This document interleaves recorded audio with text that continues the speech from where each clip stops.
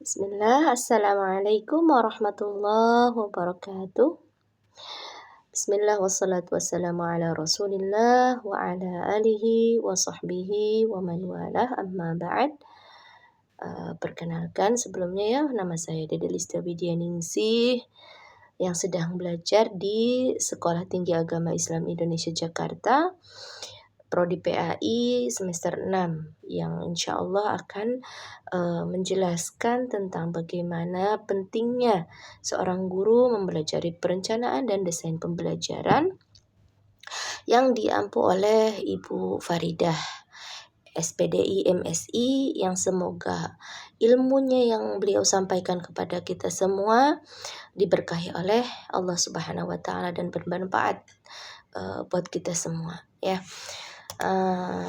Teman-teman, sebelum kita membahas tentang perencanaan dan desain pembelajaran ya,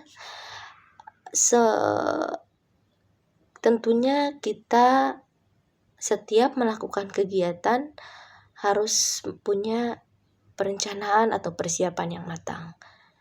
Misalnya ketika masak ya, ketika masak itu, sebelum masak itu harus persiapkan bahannya, persiapkan peralatan dapur, persiapkan gasnya. Takutnya tiba-tiba di tengah jalan sedang memasak, gasnya habis. Atau mungkin ketika tengah-tengah masak ada yang belum dipotong, terus kita tinggal potong, masakan kita gosong. Nah, ya. Jadi tidak terencana, tidak terstruktur. Nah, supaya kegiatan kita berjalan lancar, semua itu butuh persiapan dan perencanaan yang matang. Begitu pula seorang guru, ketika hendak mengajar, dia harus mempersiapkan apa yang mau dia ajarkan ya, sehingga ketika ketika proses belajar mengajar itu terencana ya, terstruktur. Jadi semua itu harus ada perencanaannya ya. Penting seorang guru mempelajari perencanaan itu tidak boleh dianggap sepele ya, karena hal ini menjadi fondasi utama keberhasilan proses belajar mengajar. Tanpa perencanaan yang matang, pembelajaran cenderung berjalan tidak terarah dan tujuan pendidikan pun sulit tercapai ya.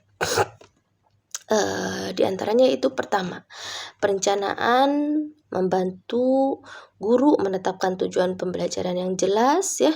Dengan desain yang baik, guru dapat menentukan apa yang harus dicapai siswa, materi apa yang perlu disampaikan, serta metode apa yang paling efektif digunakan.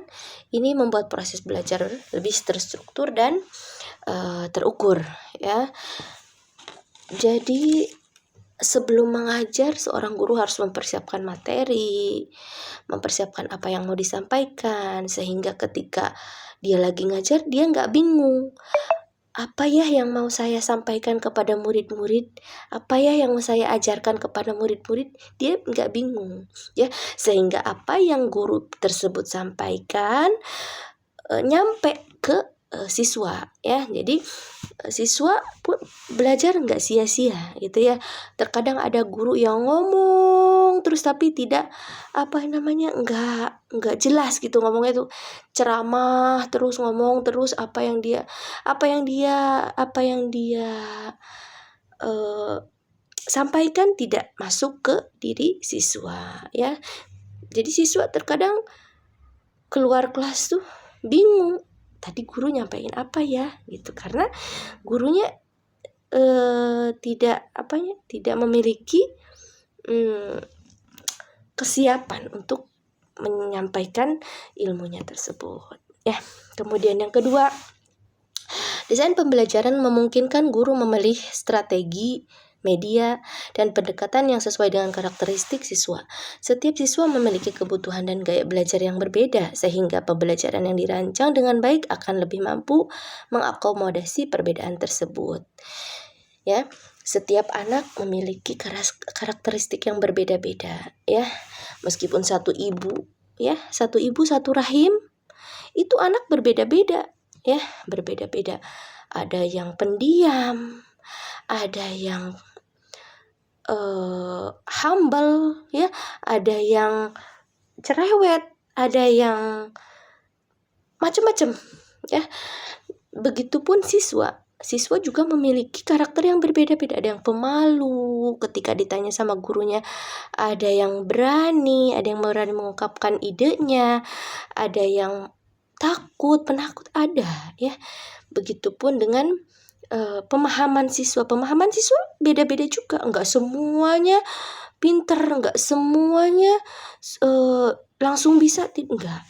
Kadang-kadang ada yang sulit memahami, kadang-kadang ada yang ketika diajarkan, oh iya Bu, saya paham, ya. Kadang-kadang paham enggak? Masih bingung Ustazah, kadang seperti itu, ya. Jadi ketika seorang guru itu memiliki perencanaan dan desain pembelajaran yang bagus, itu insya Allah semuanya akan bisa teratasi, ya. Kemudian terkadang latar belakang, ada yang miskin, ada yang kaya, itu juga mempengaruhi gaya belajar mereka, ya. Kemudian yang ketiga,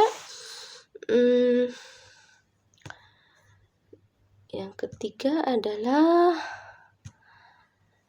perencanaan yang baik itu membantu penggunaan waktu dan sumber daya secara efisien. Guru dapat mengatur alokasi waktu untuk setiap kegiatan, mempersiapkan bahan ajar, serta mengantisipasi kendala yang mungkin muncul selama proses pembelajaran. Jadi kalau semua terencana akan lebih memudahkan kita dalam mengajar, ya. Kalau kita seorang guru, ya. Jadi tidak banyak waktu yang kebuang sia-sia, ya. Kemudian yang keempat, desain pembelajaran juga berkaitan dengan evaluasi. Guru dapat merancang instrumen penilaian yang sesuai dengan tujuan pembelajaran sehingga hasil evaluasi benar-benar mencerminkan kemampuan siswa. Terakhir, dengan memahami perencanaan dan desain pembelajaran, guru dapat meningkatkan profesionalisme dan kualitas pengajaran pembelajaran menjadi lebih sistematis, inovatif, dan berpusat pada siswa, ya. Singkatnya, perencanaan dan desain pembelajaran adalah kunci agar proses pendidikan berjalan efektif, efisien, dan mampu mencapai tujuan yang diharapkan, ya. Jadi penting sekali, ya, Masya Allah, harus punya persiapan ketika mau mengajar. Nah, kemudian di sini ada model ARCS ada, ya, menurut siapa namanya? John M. Keller. Untuk meningkatkan motivasi belajar peserta didik, ya, yaitu pertama attention atau perhatian, ya, yang harus dimiliki guru itu perhatian, ya, harus memperhatikan muridnya, ya, supaya nanti ketika belajar juga siswa merasa diperhatikan sama gurunya, ya.